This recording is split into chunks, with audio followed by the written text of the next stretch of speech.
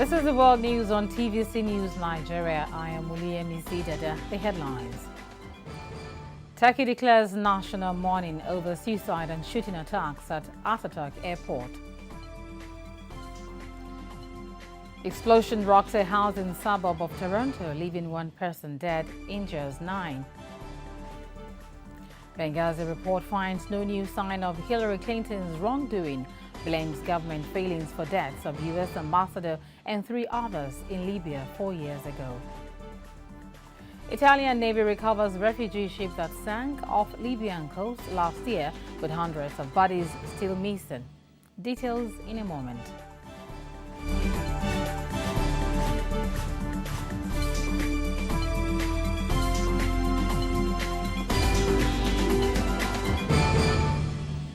Thank you for joining us. Turkey has declared a national day of mourning on Wednesday, a day after suicide and shooting attacks left many dead at Atatürk Airport. Turkish flags across the country were lowered to half-mast at private and public institutions. Meanwhile, repair work at Atatürk Airport was in full swing as flights resumed and travelers returned to the terminal. Airport worker Devran Ketin said staff at the airport had been expecting an attack for a long time. Security has been stepped up at Madrid's airport as passengers traveling to Turkey waited for updated flight information after a series of blasts at Istanbul's Atatürk Airport.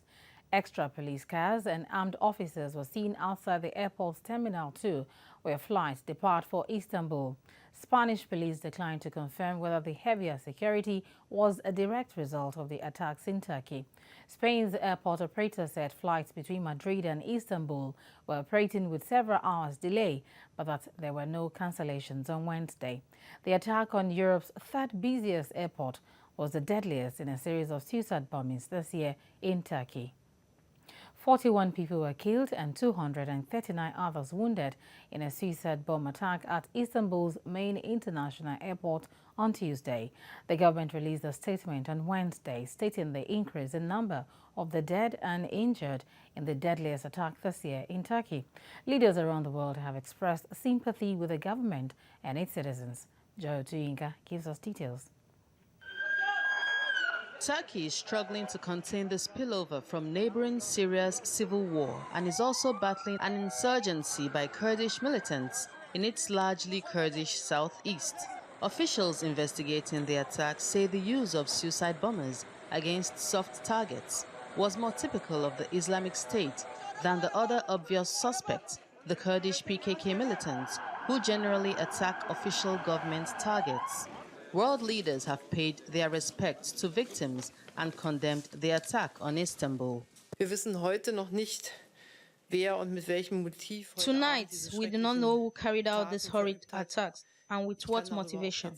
I offer my deepest sympathies to the relatives of the victims and the injured, and I want to say to all the Turkish people that we consider ourselves united with them in the fight against terror. I want to strongly condemn the attack and make sure we can know exactly who the perpetrators are, so that together we can do anything possible to fight against terrorism, especially in this region. Let me express my deepest condolences to the families and loved ones of the victims of tonight's attacks in Atatürk International Airport in Istanbul. In times like these, we should all be united. This is a reminder that Islamist terrorists seek to destroy, divide, and kill Muslims as well as Christians and other people of non-Muslim faiths. They are a murderous criminal movement seeking to create division and destruction and make us turn on each other. The United States says it stands in solidarity with Turkey, its NATO ally, and that such attacks would only reinforce their joint determination. We are still collecting information and trying to ascertain what happened and who did it. And I won't comment further on it except to say that this is daily fare. And that's why I say the first challenge we need to face is countering non-state violent actors, for a host of reasons. Security measures are being taken in other countries to limit incidences of terror attacks. Iran suspended all flights to Istanbul's main international airport on Wednesday, while Bangkok's Don Muang Airport held a drill to respond to bomb threats on an aircraft. The attack on Europe's third busiest airport was one of the deadliest in a series of suicide bombings in Turkey in recent times. Joy Utuinka, TVC News. And presumptive Republican presidential candidate Donald Trump opened his campaign speech in Ohio on Tuesday with a response to the Turkey attack. Trump described the incident as really bad, adding that if countries do not get tough about tackling security issues, they would not have much of a country left.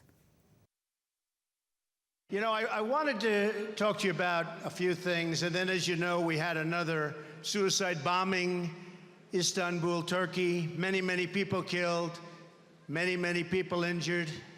Folks, there's something going on that's really bad. All right, it's bad. And we better get smart, and we better get tough, or we're not going to have much of a country left, okay? It's bad.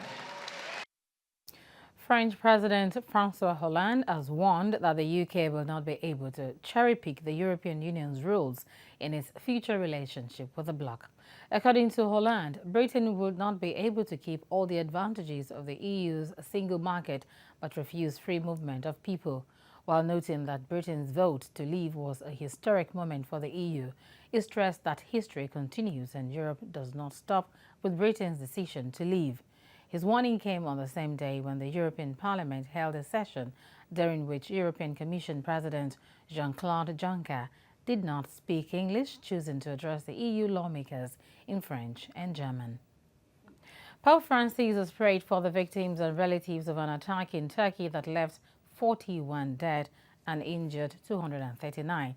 The Istanbul governor's office said 109 of the 239 people hospitalized had since been discharged, of which 10 were foreigners.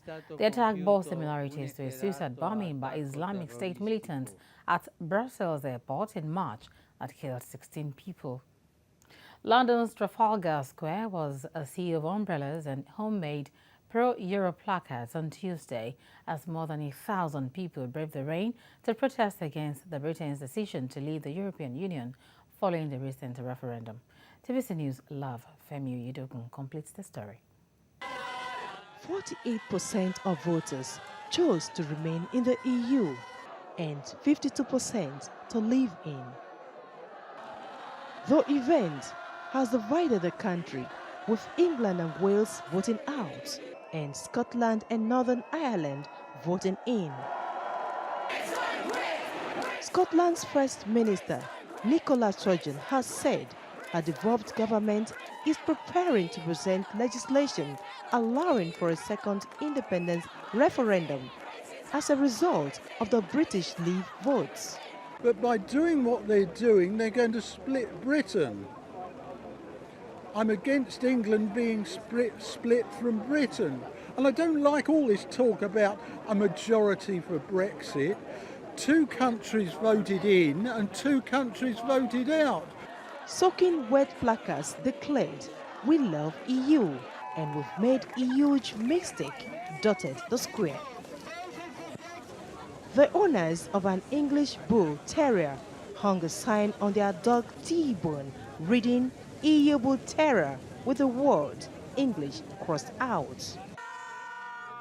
Student Emily Baldwin said Brexit could affect her future. We could end up sort of in an isolationist Britain where we're not connected with other countries, and I think the world's moving to become so connected that I feel like trying to sort of put ourselves into a box is going to have detrimental effects for my future, being able to move to different countries, and I just think there's so much missed opportunity from this vote. So I want to show, like, by this protest that not everyone wants to leave and that some people still want to stay. Another woman likened Britain's planned split with the EU to breaking up with a boyfriend. It feels like the worst breakup. Like when I broke up with the boyfriend when I was 16, like it's the pain that it's pain, like a breakup, and you can't think of anything else. It's just a tragedy that this has come to this. And obviously it's doing bad things to the economy, but the main reason is that I'm a European and I always want to be a European, and nobody is going to take that from me. Protester Sheila Hawkins said she was there because she felt European and always wanted to be a European. The event, initially called London Stays but later changed to Stand Together, was posted on Facebook over the weekend, but the organizer concerned about safety said it should be cancelled after 50,000 people signaled they would attend. Those who turned up said they had seen other event notices on Facebook which urged people to still calm down. Femi Oyedokun, TVC News. And staying with the UK, Prime Minister David Cameron has warned that Britain faces troubled economic times after it voted last week to leave the European Union. He said that there are some very choppy waters ahead. TVC News' Craig Esohode completes the story. June 23rd has passed, but the consequences or benefits of Britain's decision to leave the European Union are still unclear. Apart from the political turmoil that it has caused in the United Kingdom, most young Brits continue to be deeply displeased about the outcome of the referendum because a vote to leave the EU isn't what they wanted. That's why this protest at Trafalgar Square in London is very telling.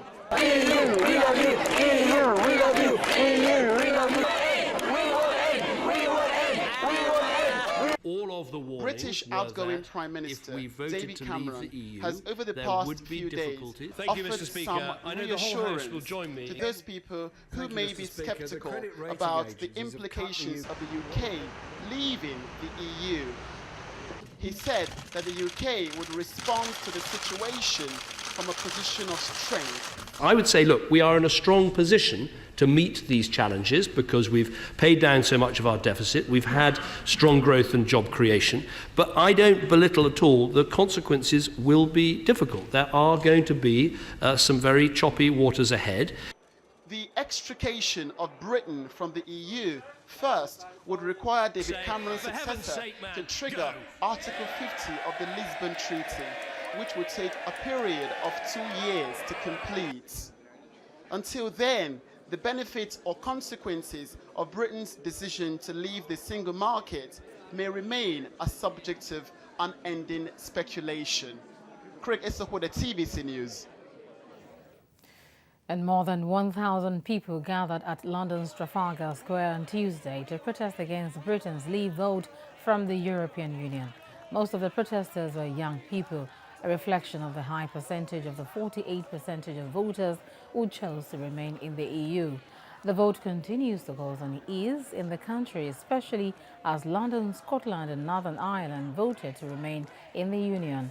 Already, Scotland's First Minister Nicola Sturgeon has again made clear that her devolved government is preparing to present a law allowing for a second independence referendum. The largest rough diamond discovered in more than 100 years was auctioned at Sotheby's in London this Wednesday. The 1,109 carat Lasidi Larona diamond from Botswana is estimated to sell for more than $70 million. This 1,111 carat diamond is second only to the 3,106 carat Cullinan diamond found in South Africa in 1905. India's Supreme Court has refused to hear a petition challenging a law criminalizing gay sex. Some of the country's well-known LGBT activists had argued that Section 377 of India's Penal Code undermined their fundamental rights by failing to protect their sexual preferences. But India's top court says only Parliament has the power to change Section 377 and has refused to hear the matter. Violation of the Indian law on gay sex can result in a prison sentence of up to 10 years. You're still on to the world news on TVC News Nigeria. More stories after this break. Stay with us.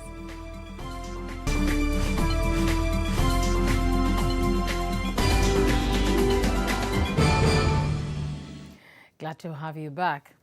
First, fire crews in Central California are trying to contain a 20-acre wildfire which ignited in El Dorado County on Tuesday. The blaze, named the Trailhead Fire, moved quickly, burning on both sides of the American River.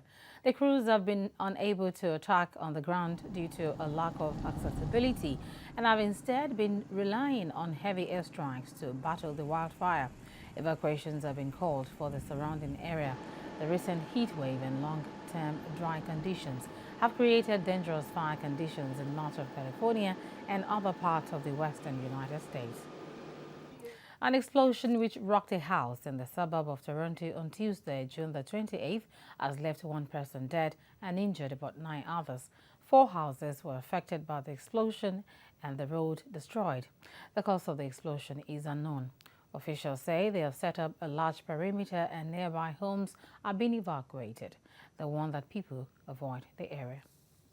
Russia's Air Force says it helped Syrian government troops escape encirclement near Aleppo on Tuesday. And according to Russian Ambassador Alexander Kinshkirk, it is confident that an offensive on Aleppo will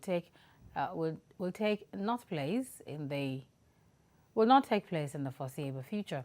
Aleppo has been a focus of intensified fighting in the months since peace talks in Geneva broke down and a ceasefire deal brokered by Washington and Moscow unraveled. A pro-Damascus source said government forces and their allies were trying to encircle rebels in the Aleppo area.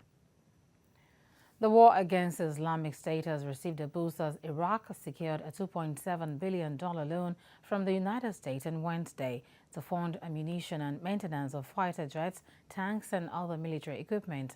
The U.S. Embassy says Baghdad will have 8.5 years, including a 1-year grace period, to repay the loan, which carries a 6.45% interest rate.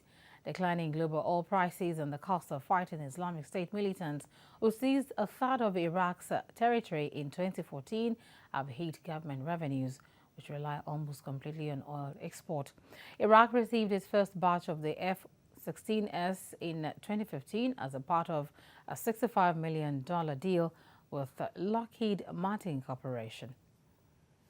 U.S. Democratic presidential candidate Hillary Clinton has been absolved of any wrongdoing, but blames Obama's government for failings for death of U.S. ambassador and 3 others in Libya 4 years ago.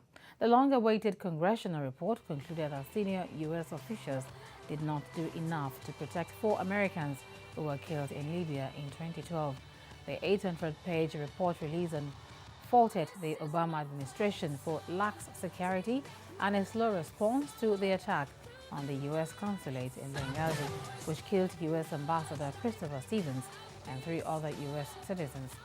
The House Benghazi committee said, however, that there was no smoking gun pointing to wrongdoing on the part of Clinton, the presumptive Democratic nominee. The 2-year report directs some of its strongest criticisms at senior officials in Washington, saying requests for extra security in Benghazi were repeatedly refused or ignored. Argentina has confiscated its largest haul of marijuana ever, with a seizure of at least 4 tons of marijuana. Argentine Security Minister Patricia Bullrich says a technology system will be initiated that allows much more control. Also, more security forces are to be deployed to the borders to start the technology plan. And hundreds of drug users have surrendered to the Philippines police, fearing for their safety a few days before tough-talking Rodrigo Duterte assumes presidency. Duterte, whose advocacy of extrajudicial killings struck a chord with voters, has cheered the police on and recently offered rewards to those who can kill drug dealers. Police say there have been an increasing number of drug users who have voluntarily surrendered and were provided rehabilitation services by the local government. More than 58 people have been killed in anti-drug operations following the May the 9th polls, compared to 39 people from January to May. In 2012, the United Nations said the Philippines had the highest rate of methamphetamine use in East Asia. Human Rights Watch has called on Myanmar's parliament to amend and abolish laws that continue to threaten freedom of expression. The body said in a report released on Wednesday that laws remain, some dating from the colonial era, that are used to stifle media and demonstrations. The report says laws covering areas from telecommunications, to defamation have been used to arrest at least 70 people in the month of June alone.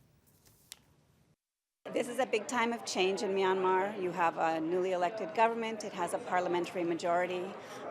There's a real sense of a desire for change among the people who elected this government. And in our view, these are laws that should, in fact, be a priority because freedom of speech is such an important right for the people of the country. It's important because freedom of speech is, in fact, it's often called the enabler of other rights. Freedom of speech is something that people use to protect all of their other rights. And so if you don't have freedom of speech, it's very difficult for you to criticize the government or speak to the government about violations of other rights. So freedom of speech is really a very high priority. The Italian Navy has recovered a ship that sank off the coast of Libya last year with hundreds of people on board. Up to 700 refugees were believed to be on the vessel when it went down in the first half of 2015 while on its way to the Italian island of Lampedusa. Rescuers recovered some bodies after the incident, but hundreds of others remained unrecovered in the Mediterranean Sea. The UN Refugee Agency at the time said that the boat floated when those on board scrambled to attract the attention of a passing ship. Tens of thousands of people from sub-Saharan Africa and the Middle East use maritime routes connecting the African continent to European islands in the Mediterranean. Thousands of people in eastern Guatemala are suffering from a prolonged drought that has resulted in a food crisis. This summer has been particularly hard for residents in Jalapa because the first harvest of the year was very poor due to the lack of rains at the beginning of the year. According to Guatemala's representative at the World Food Programme, studies show that the drought is affecting at least 2.8 million in the region, with more than 900,000 needing immediate support because they are at a nutritional risk. This has been made worse because the WFP and the local government are only able to support less than half due to a lack of resources. You're still on to the World News on TVC News Nigeria. The news will be back after the break. Stay with us.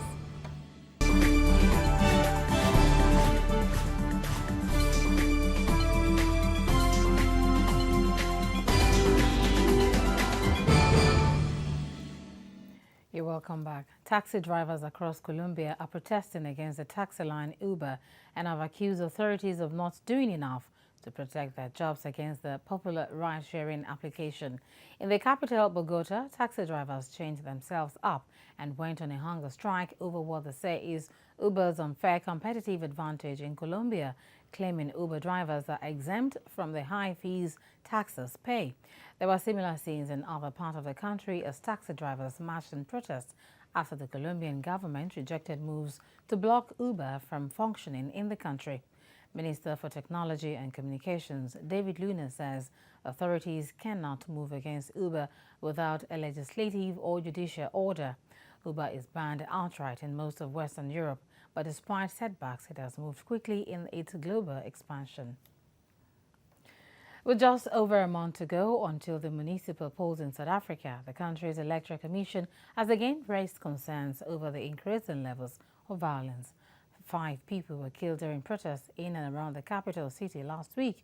The Commission's appealed to political leaders and candidates to speak out against conduct which may undermine free and fair elections. TVC News Southern Africa correspondent Voldi Karelse reports. When protests erupted in Tshwane last week, political parties, particularly the ruling party in South Africa, finally took notice of the objections potential voters were raising over candidate nominations.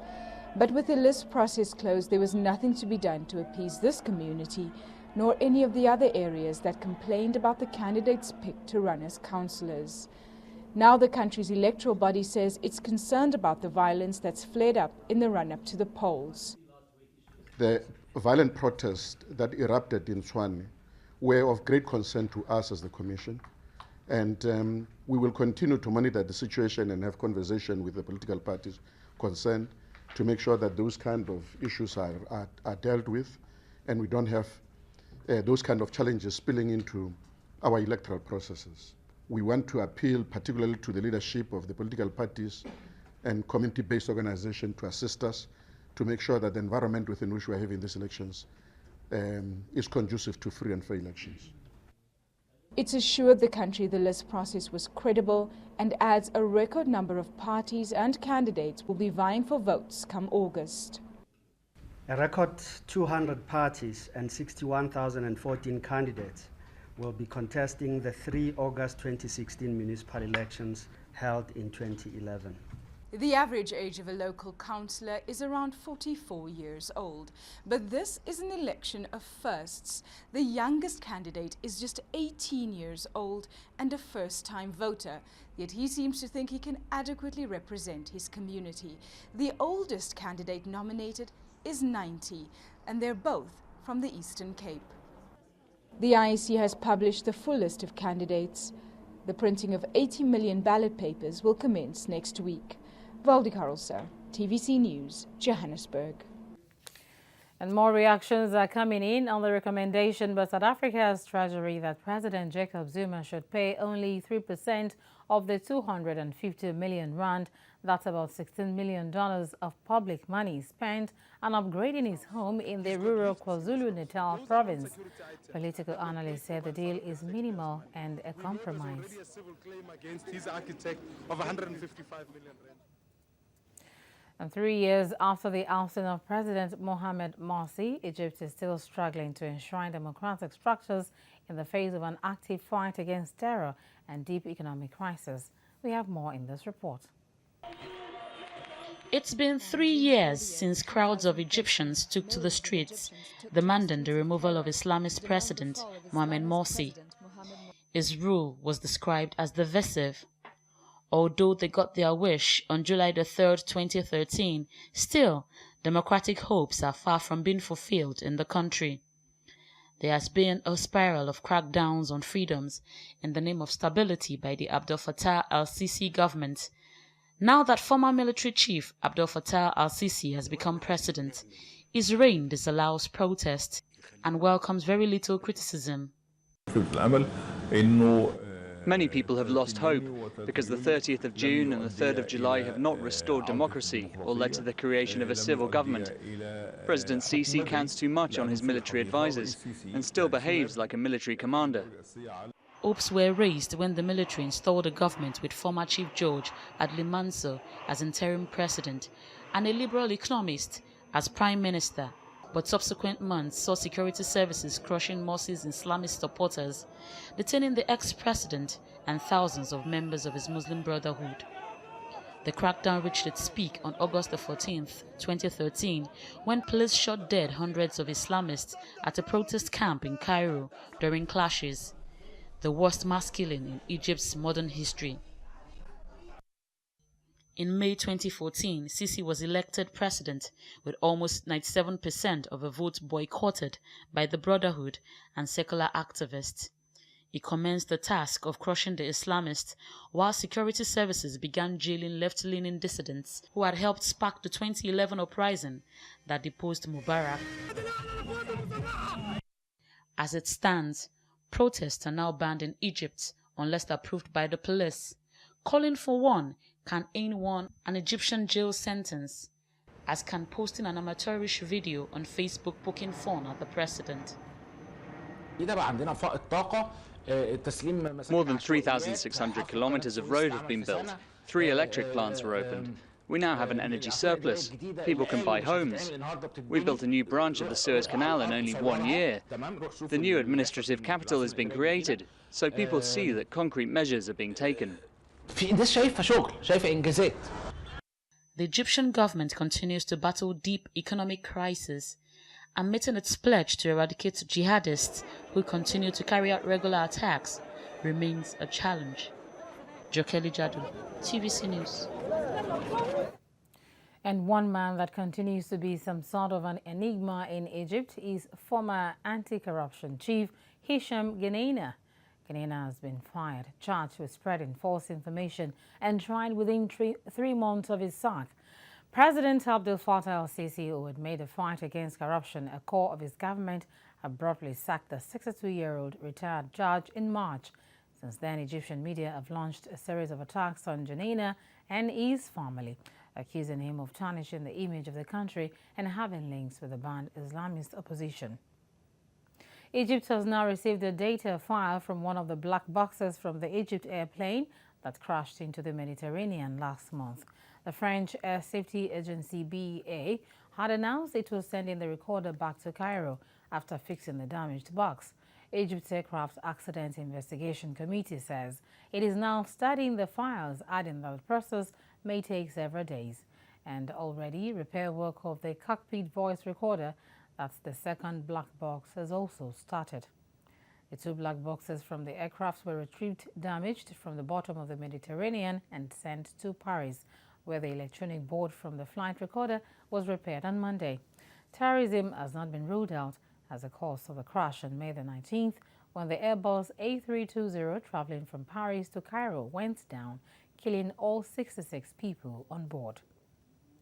Ethiopia has become the newest non-permanent member of the United Nations Security Council. The country got a seat following an overwhelming vote of 185 out of the 193-member General Assembly of the UN. Sweden, Kazakhstan and Bolivia were also elected after Tuesday's vote and would be joined by one another to serve on the Council for the year 2017 to 2018. The African Union endorsed Ethiopia's candidacy during the Heads of State member meeting earlier this year and replaces Angola on the Council at the end of the year. The Liberian government says its forces are ready to assume the responsibility of the United Nations peacekeeping mission in the country as they end their mission there on Thursday. Back-to-back civil wars in Liberia had necessitated the forming of the peacekeeping mission in September 2003, and the mandate was to ensure security, rebuild police and military forces from scratch, and disarm rebels in the country. The UN military mission in Liberia is one of the longest and largest missions in sub-Saharan Africa. To assume this great responsibility. Preparation in security, there will always be room for improvement. So yes, there are challenges, there are gaps that we still need to fill. And under our own national security policy, we continue to do that to strengthen our apparatus in the areas of logistics, the areas of training. For now, as we speak, the Liberian National Police need cars. We need communications, okay, and we need other logistical items like uniforms, okay. So in addition to training, we need logistics. We've got huge problems and challenges. Most importantly, the security sector has got to be depoliticized. We should move forward. And to be able to achieve the details of SSR, we should ensure that there is an independent complaint commission, and there is a commission responsible to ensure that the executive can look to it in terms of making nominations. Two senior editors of Zambia's largest independent newspaper shot last week over alleged unpaid taxes have been arrested. The Daily Post chief editor Fred Mmemme and deputy managing editor Joseph Mwenda were arrested on Tuesday at the paper's offices in Lusaka, but not yet charged. The Daily Post, in rejecting the tax collecting agency's claims that it owes millions of dollars, says the shutdown is an attempt to silence it ahead of the August elections. The Post, which was established in 1991, has been critical of President Edgar Lungu, who defended the tax authorities' move to shut down the paper. You're still on to the world news on TVC News Nigeria. We have more stories for you after this break. Stay with us.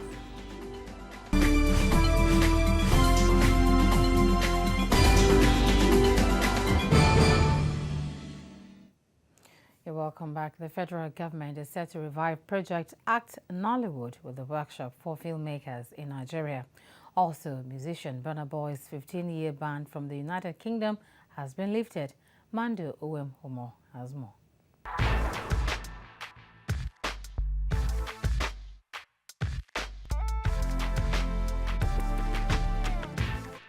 What you see in these English boys. The federal government has announced plans for a workshop for stakeholders in the movie industry aimed at restructuring and reviving Project Art Nollywood. The 3 billion grant program was set up by the past government to solve the main challenges obstructing the growth of the Nigerian movie industry. The Minister of Finance, Kemi Adeosun, convener of the workshop, says the ideas discussed during the workshop would be part of the input for restructuring the project to ensure its sustainability. So far, the project Art Nollywood has trained 247 practitioners to improve their technical and professional capacities in the entertainment industry.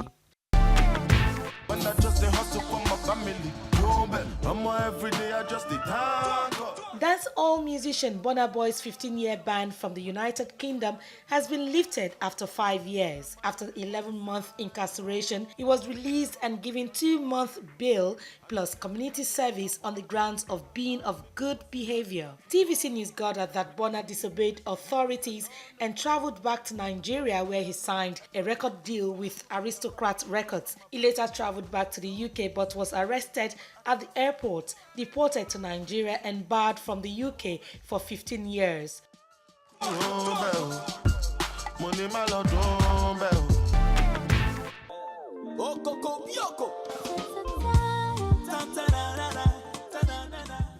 Nigerian singer MC Galazi has signed fast-rising Rwanda singer Patricia Neza Mazozera, popularly known as Neza. MC Galazi believes record labels should extend its management deals across Africa by signing artists from different countries. Since signing the artist on his MCG empire, MC Galazi has released Neza's first song titled My Baby.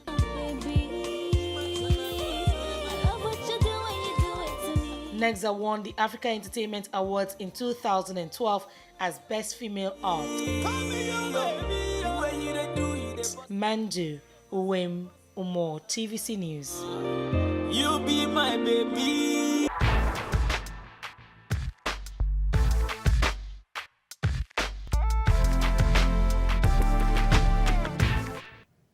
And that's the world news on TVC News Nigeria. For more, visit our website, nigeria.tvcnews.tv, and also join the conversation on our social media platforms using @TVC Connect. Thanks for watching. I'm Oluyemisi Dada.